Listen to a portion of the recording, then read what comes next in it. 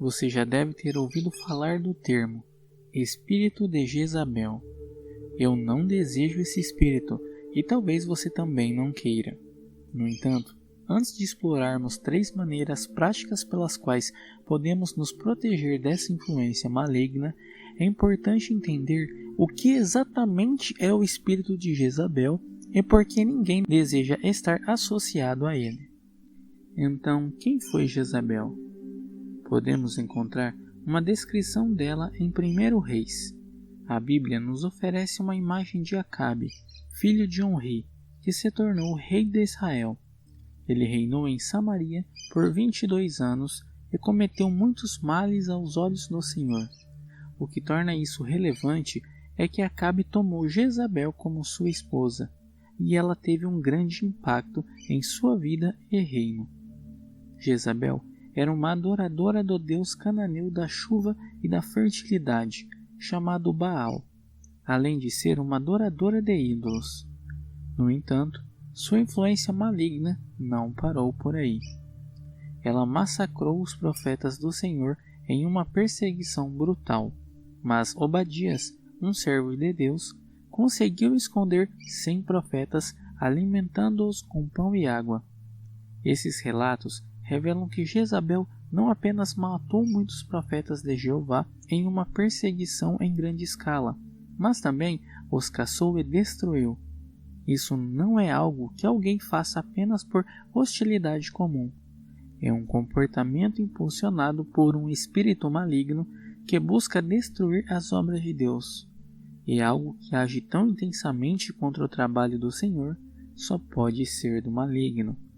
Além disso, após Elias demonstrar a superioridade de Jeová sobre Baal no Monte Carmelo, Jezabel buscou matá-lo. Acabe contou a Jezabel tudo o que Elias havia feito, inclusive como havia executado todos os profetas de Baal. Em resposta, Jezabel enviou um mensageiro a Elias, ameaçando tirar a vida dele no dia seguinte. O espírito de Jezabel é um fenômeno que gostaria de explicar. Seu principal propósito é a destruição, visando arruinar a obra de Deus e prejudicar os homens e mulheres de Deus. Trata-se de um espírito enganador e sedutor, que atrai pessoas para longe de Deus com a intenção de destruir sua fé, esperança, alegria e paz. Talvez você já tenha encontrado alguém assim em sua vida. Alguém constantemente envolvido em seduzir e levar outros à desgraça. No entanto, é importante ser sábio e não limitar a sedução apenas a aspectos sexuais. A sedução pode envolver o desejo de ganhar dinheiro, a busca pela fama ou até mesmo a vontade de fazer coisas imprudentes por riquezas. Pessoas estão dispostas a cometer atos inimagináveis em busca da fama. O mal também pode ser sedutor, como vemos em Mateus, onde Jesus foi conduzido pelo Espírito ao deserto para ser tentado pelo diabo. Quando falamos sobre alguém com o espírito de Jezabel, estamos indo além de uma simples encrenca. Estamos falando de alguém que lidera deliberadamente outros em direção ao pecado e à destruição. Jesus nos adverte em Mateus, dizendo: Ai do mundo por causa das coisas que fazem as pessoas tropeçar. Tais coisas devem acontecer, mas ai da pessoa por meio de quem elas vêm. Devemos ser cautelosos contra o espírito de Jezabel ou o espírito sedutor.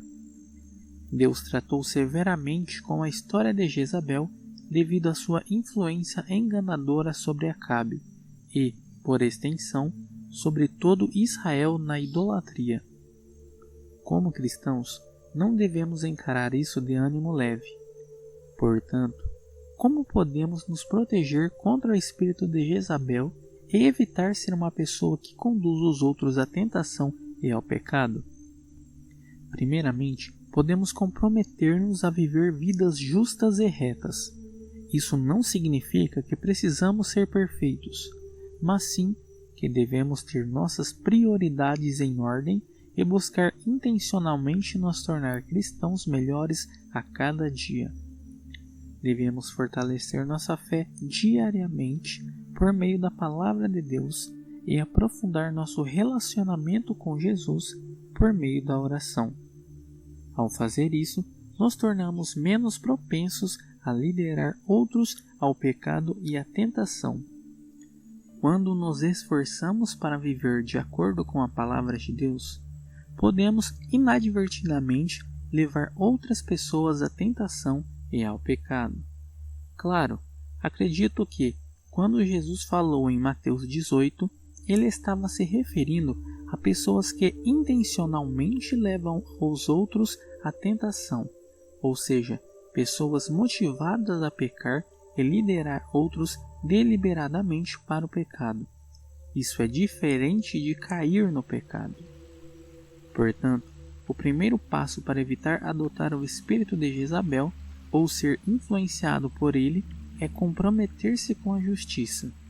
Ao focar nas coisas de Deus, não damos espaço para o espírito de Jezabel nos tentar ou nos fazer cair. Em segundo lugar, devemos estar cientes de nossa influência sobre os outros. Algumas pessoas naturalmente têm uma influência significativa sobre os outros, mesmo que não percebam. Devemos considerar como estamos usando essa influência. Estamos conduzindo as pessoas em direção à justiça ou ao pecado? Estamos influenciando as pessoas em direção a Deus ou afastando-as dele? É essencial examinar a nós mesmos e nossa influência. Olhando para aqueles próximos a nós, precisamos considerar a influência deles em nossas vidas. Eles nos conduzem à igreja ou ao entretenimento mundano? Promovem a pureza ou a injustiça em nossas vidas? Devemos ser seletivos em relação às influências que permitimos em nossa vida.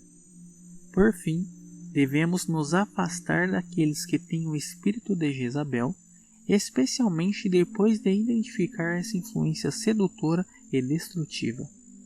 Como Paulo menciona em sua primeira carta aos Coríntios, não devemos nos associar com aqueles que estão firmemente comprometidos com o pecado, a menos que estejam dispostos a se arrepender e mudar.